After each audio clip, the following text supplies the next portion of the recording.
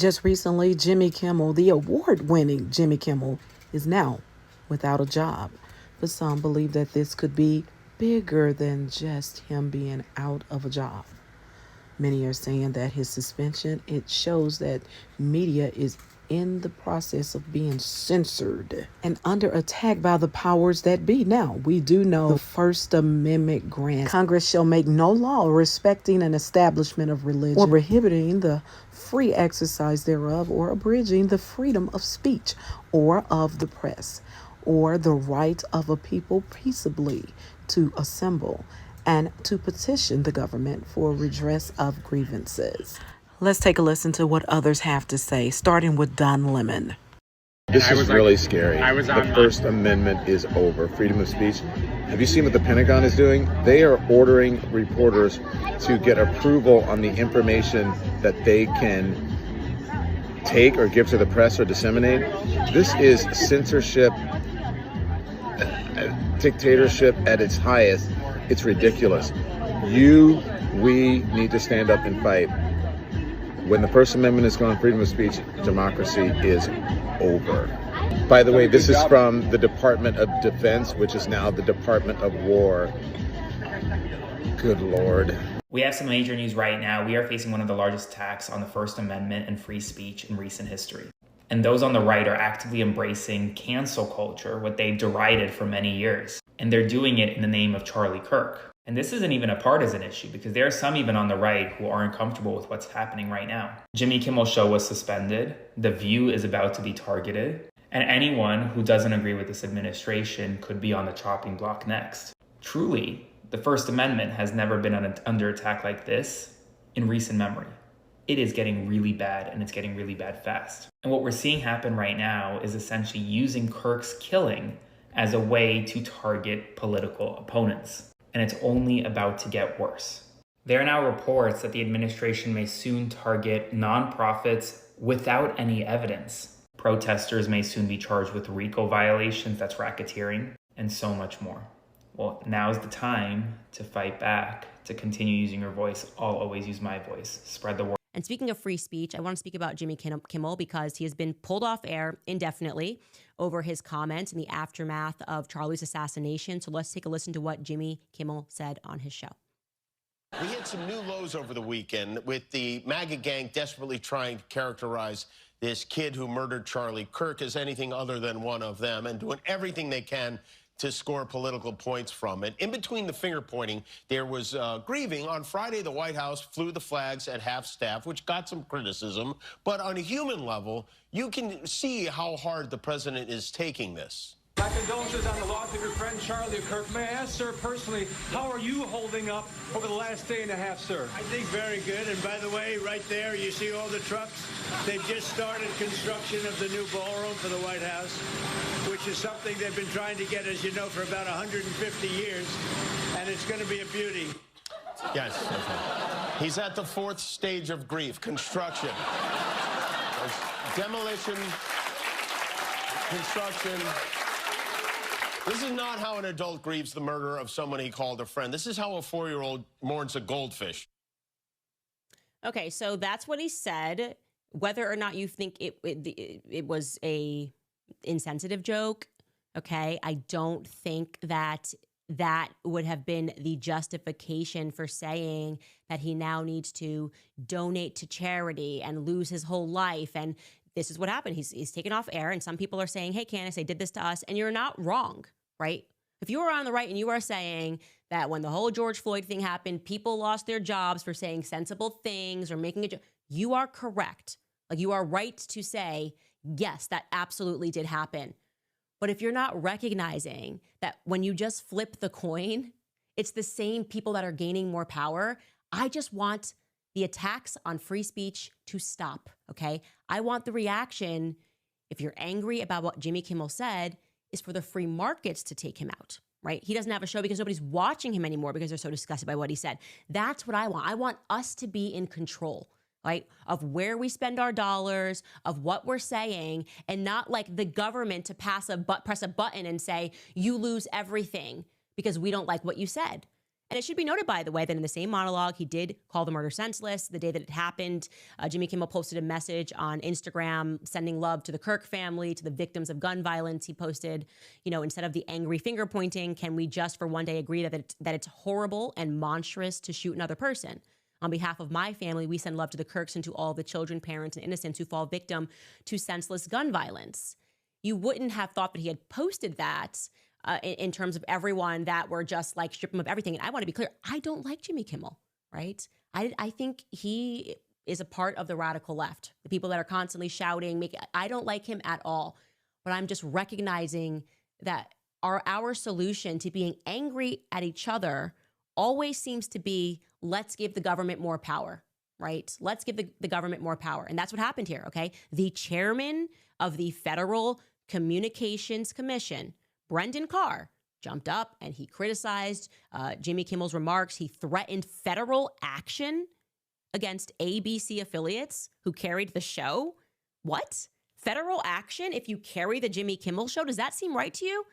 Okay? Again, if you're on the right and you cheered this on, do you understand? We never, ever, ever should be applauding federal action when it comes to speech. All right, we have pretty big news. A final compromise has been made between Washington and Beijing on whether TikTok will be here to stay in the United States or not. According to Reuters, yes, the app is here to stay. However, under the condition that 6 of the 7 board seats for the company will be held by Americans. A White House official stated that only 1 of the 7 board seats will be given to China's ByteDance, and Washington will be in control of the rest of the app. The White House also stated that they will have control over TikTok's algorithm, which probably means that we will see less political discourse. The agreement also stated that all the data will be handed over to the United States and to its company, Oracle. They have previously worked with the government on a number of different requests, so let me know what you think and spread the word around. All right, y'all. So I need y'all to stop scrolling because TikTok's future is not as clear as Trump says it is. Both Republicans and Democrats have already said that they'll fight any compromise that doesn't cut ties with China completely. So right now, TikTok's future is still up in the air. Trump is pushing to say it's close, but without China confirming it, nothing is locked in. Some experts are warning that if Beijing refuses full divestment, Trump may have no choice but to ban TikTok outright. So what do you think? To some who are history buffs, they see the similarities to Nazi Germany, and they feel that this administration knows exactly what they're doing. Let's take a trip down memory lane. From their rise to power to the murder of 6 million European Jews in the Holocaust, the Nazis relied on a powerful weapon: propaganda. Propaganda is biased information designed to shape public opinion and behavior. Adolf Hitler and other Nazi leaders were skilled propagandists who used many techniques to spread their messages. The Nazis relied upon propaganda to create a society where only Germans they considered racially pure belonged. Jews and other groups were excluded. After Hitler became chancellor in 1933, the Nazis started to take control of the media. They shut down independent newspapers and seized authority over radio, film, newsreels, theater, and music productions. Soon, the Nazis controlled almost all media accessible to the German population and used this power to spread propaganda in different ways. They utilized symbols, like the swastika, to promote political allegiance, nationalism, and Nazi ideology. Hitler designed the Nazi flag in 1920 and transformed it into the trademark of the Nazi Party. It became a part of everyday life and a potent political tool. They used slogans that simplified their messages to just a few memorable words or phrases, like calling Jews the scourge of humanity, or recruiting children to join the Hitler Youth. The Nazis updated their propaganda strategies to improve effectiveness and appeal to a wider range of people. Beginning in the 1920s, radio emerged as a worldwide sensation.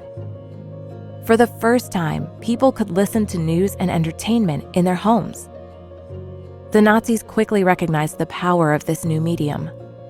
They commissioned a low-cost radio called the People's Receiver, allowing millions more Germans to buy radios and listen from their own homes. Under Nazi rule, all German films would become subject to censorship and control. They produced films to demonize Jews by comparing them to rats and drawing on other negative stereotypes, while also portraying the supposedly ideal pure German. The Nazis used all of these propaganda techniques to exclude, demonize, and isolate Jewish people. They showed the world how dangerous propaganda could be in the hands of experts. In other words, Hitler's designated person came up with a way to force people to stop thinking and allow the government to think for them. Now, this is just my opinion. This is a form of big government when you allow the government to have free reign over media. There's a quote out there that says, "Think for yourself or others will think for you without thinking of you." This type of propaganda proved to be very detrimental to the Jews and people who were disabled, along with other minorities.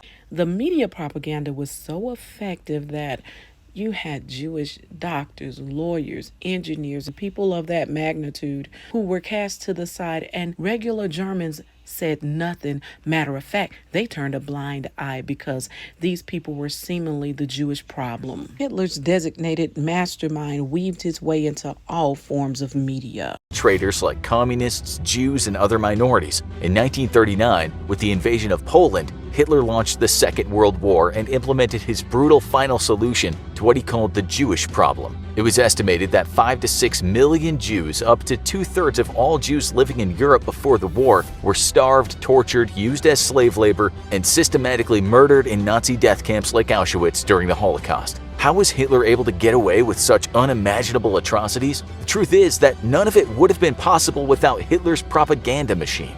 Within weeks of the Nazis taking power, Hitler established the Ministry for Popular Enlightenment and Propaganda to spread National Socialist ideas, and he was very clear about the ministry's purpose. In 1924, Hitler was quoted as saying that propaganda's task is not to make an objective study of the truth insofar as it favors the enemy and then set it before the masses with academic fairness. Its task is to serve our own right, always and unflinchingly. At the head of this all-important ministry was a man named Joseph Goebbels. Goebbels was a gifted speaker and a talented propagandist, and he would go on to be the man largely responsible for the German people's favorable opinion of the Nazi regime. The Nazis' propaganda campaigns were so successful because they targeted the weaknesses and aspirations of different classes of Germans. Under Goebbels' direction, the ministry crafted unique messages for different audiences and used advanced advertising techniques for the day to spread their nefarious ideas throughout German society. The military rearmament campaign was a clear violation of the Versailles Treaty, but also created many jobs in a struggling economy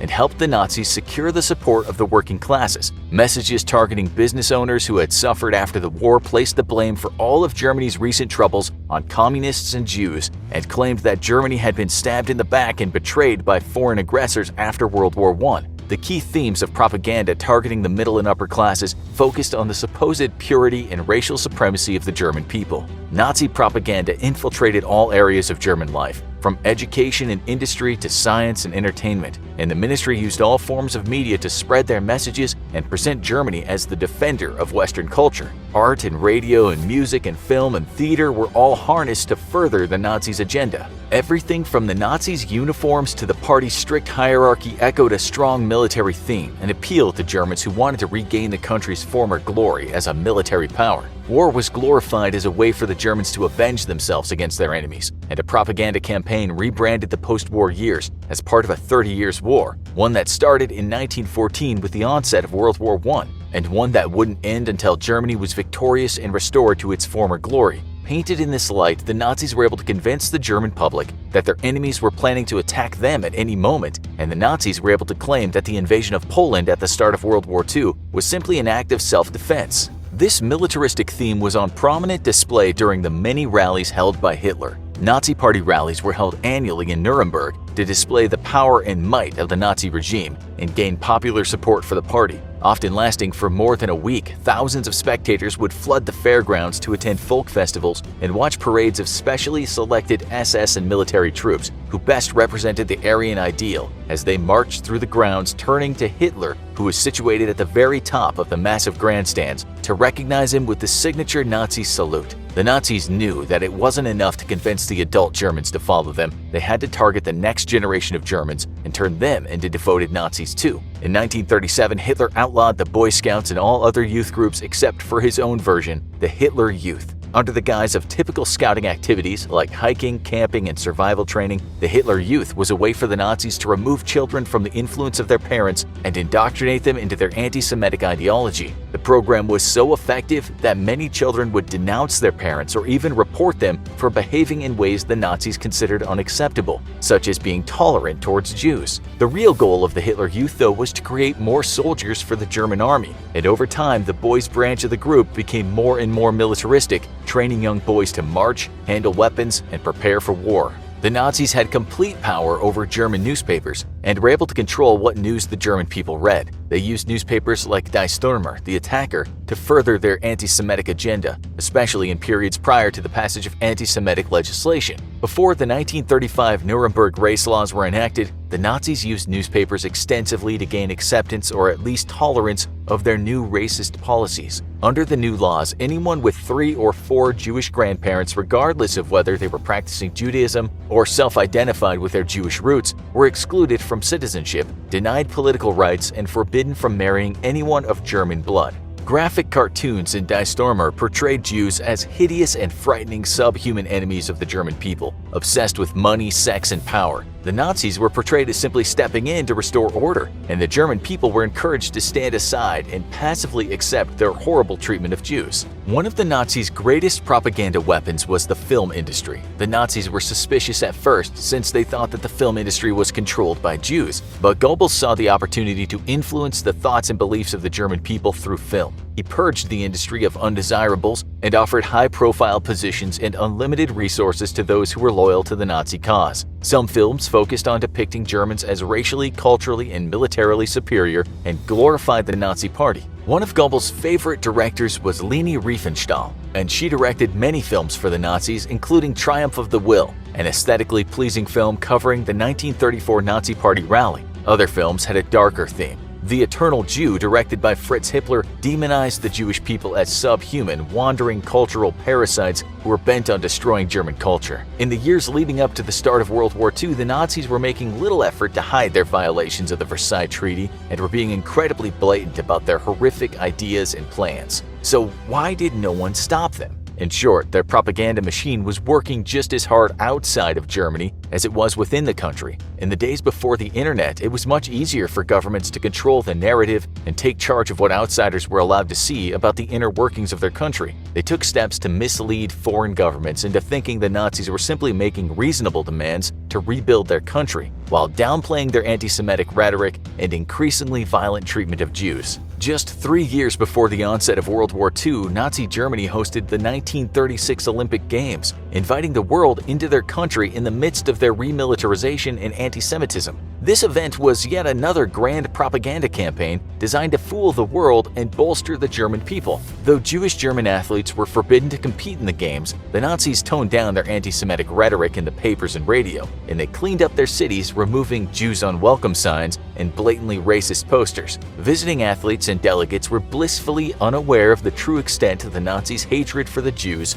and their increasingly violent treatment of them. Beloved Nazi film director Leni Riefenstahl filmed the entire event for use as pro-German and pro-Nazi propaganda in the months and years to come, showcasing the Nazis as heroic leaders who had turned their country around and had shown the world how superior the German people were. Later, as World War II dragged on, the world finally began hearing whispered rumors of the atrocities being committed in Nazi concentration camps. The propaganda machine once again went to work to quash these reports. The Nazis went so far as to allow the International Red Cross to visit one of these camp ghettos, inviting representatives to tour the Theresienstadt camp in modern Czech Republic. There, Red Cross officials saw a respectable, if crowded, ghetto where Jewish residents were treated benevolently, fed adequately, and put to work under humane conditions. The Nazis even made a film about the camp to reassure the German public that nothing sinister was going on. But it was all lies. In reality, the camp had undergone an extensive beautification campaign prior to the visit, and as soon as filming was over, the cast, aka the prisoners, were rounded up and shipped off to the notorious Auschwitz death camp for extermination. Thankfully, in the end, the Nazis lost World War II, and both Hitler and Goebbels committed suicide in an underground bunker to avoid being held accountable for their crimes. In the aftermath of the war, the reality of the atrocities committed in the Nazi death camps were made known to the world so that hopefully we can avoid repeating them. Understanding propaganda is the first line of defense against ever again allowing a brutal and hateful dictator to commit such horrible crimes. It may have been easier to control the message in the 1930s, but the internet age presents its own challenges when it comes to fake news, disinformation, and propaganda. According to Simon Fraser University in Canada, there are some simple steps we can all take to spot propaganda and avoid falling victim to it. In the immediate aftermath of a big news event, the news outlets will always get it wrong. Wait for more information. Don't trust anonymous sources or sources that only cite other news outlets, and take the time to compare multiple sources. Pay close attention to the language used by media outlets. For example, the phrase "we are getting reports" could mean anything at all. And finally, some of this is on us. Beware of reflexive sharing. Don't share sensational news on social media based on your first reaction. Do your due diligence before hitting that share button. Following these steps can help to ensure that nothing like Hitler's propaganda machine can be allowed to manufacture outrage, sow hatred, and incite violence ever again.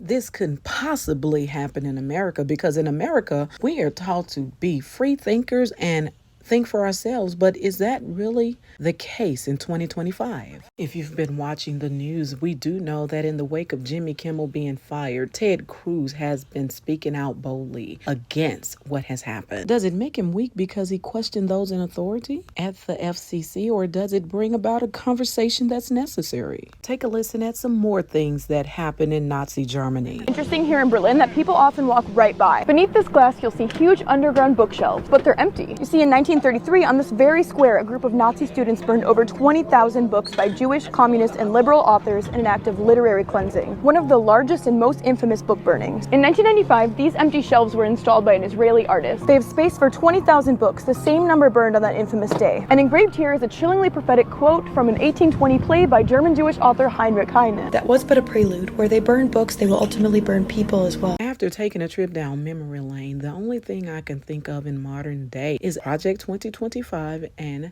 Alligator Alcatraz. Let's take a listen to some people as they explain. Project 2025 is rooted in Christian nationalism. We all know that Donald Trump is not religious.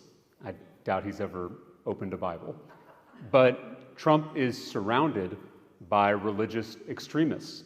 As long as they give him power, he'll give them their policies, just like he did when he overturned Roe v. Wade. The man who is rumored to be chief of staff in a second Trump administration is a self-proclaimed Christian nationalist. In Project 2025, they're already planning to ban abortion nationwide, ban IVF, ban contraception. They're even talking about banning what they call recreational sex. In my view, this is the Christian Taliban. They are perverting my Christian faith and subverting our American democracy. For those in blue states, Project 2025 is theoretical. But for those of us living in red states, Project 2025 is already here. I know what's coming because I see it every day at the Texas Capitol. Banning books, banning abortion, forcing every teacher to display the 10 Commandments, replacing school counselors with untrained, unsupervised religious chaplains, defunding public schools to subsidize private Christian schools, teaching Bible stories in our state curriculum as historical fact. We are sleepwalking toward theocracy in this country, and we must all act with the urgency that this moment demands. Questions are mounting over what happened to hundreds of immigrants once held at Florida's controversial detention center known as Alligator Alcatraz. According to the Miami Herald, more than 1,000 detainees who were recently released or transferred from the site no longer appear in ICE's public tracking system. Nearly 800 have no record at all. Another 400 are listed with a vague note that simply says, "Call ICE for details." This comes after a federal judge ordered the facility to stop taking new detainees and begin winding down operations following reports of unsafe conditions and a lack of oversight. Advocates say this disappearance is not just a glitch. They warn that some detainees may have been deported without due process or moved to undisclosed facilities where lawyers and families can't reach them. ICE insists there's no wrongdoing, but they haven't provided clear answers about where these people are or whether they had pending hearings before removal. For families, this silence is devastating. For legal observers, it raises red flags about transparency, human rights, and whether constitutional protections are being respected. This should alarm all of us. If detainees can vanish without a trace, we have no way of knowing if their rights were protected or violated behind closed doors. This is America, and although the people who just spoke, who you just heard from, feel one type of way, you have MAGA supporters who say this. This is why we're going to go after the administrative state, not just the 2 million basic billets in the civilian side of the government, also the contractors, 8 million contractors. We're going after all of it, and we're going to take it apart, and we don't care what the mainstream media thinks about that. Shut down the FBI. Shut down the ATF, shut down the CDC, shut down the U.S. Department of Education, fire 75% of the federal bureaucrats in Washington, D.C., and send them home packing because they never should have had that job in the first place. Again, this is America. Some people are outraged because of what happened to Jimmy-Kimmel, and they say they feel this is a bigger picture, and this is not Nazi Germany. This is America, where you are allowed to criticize those who are political figures. Former President Obama was criticized a lot. He never shut the media down. And former Republican congressman and former senior advisor for the January 6th Select Committee, Denver Riggleman. All right, got some news from CNBC that we're going to read right now. This is Donald Trump talking to reporters, suggesting the federal government might revoke the licenses of broadcast television networks that are, quote, against me. So let me read it. There is a license. I'll give you an example, Trump told reporters. I have read someplace that the networks were 97% against me. Again, 97% negative. And yet I won, and easily, all 7 swing states. They're 97% against. They give me only bad press. They're getting a license. I would think maybe their license should be taken away. The president said that decision will be up to Brendan Carr, the chairman of the Federal Communications Commission. I think Brendan Carr is outstanding. He's a patriot. He loves our country, and he's a tough guy. So we'll have to see. Tim, take it away. Well, I mean, I don't even think that it should be in the frame of cancel culture, right? Because we can all debate what we think about cancel culture and whether that's good or bad. But that's like not what this is. This is the federal government pressuring media companies to silence critics of the president. I mean, this is straight out of the authoritarian playbook. It is an attempt to silence speech directly from the government. And it's also corruption, right? And I think it's as much a corruption. It's certainly more of a corruption story than is a cancel culture story, because what you had here, in addition to what Brendan Carr said yesterday that you just played with Benny Johnson, he also mentioned that the affiliates should act. And this is important context because Nexstar is I think, the biggest affiliate group. What we mean by affiliates is like the local ABC stations, right? They're run in cities around the country. And they're trying to do a merger with Tegna. They're trying to acquire Tegna, and they need Brendan Carr to approve it. And Nexstar was actually first to say that they're going to take Jimmy Kimmel off the air. And they said it a couple hours after Brendan Carr, the head of the FCC, was like, I really want the affiliates to act on this. I mean, that is this is direct pressure from the government. And this is a company that is folding to pressure from the government, that is silencing speech because they want profits, because they want to merge. There's just no other way to see it other than that.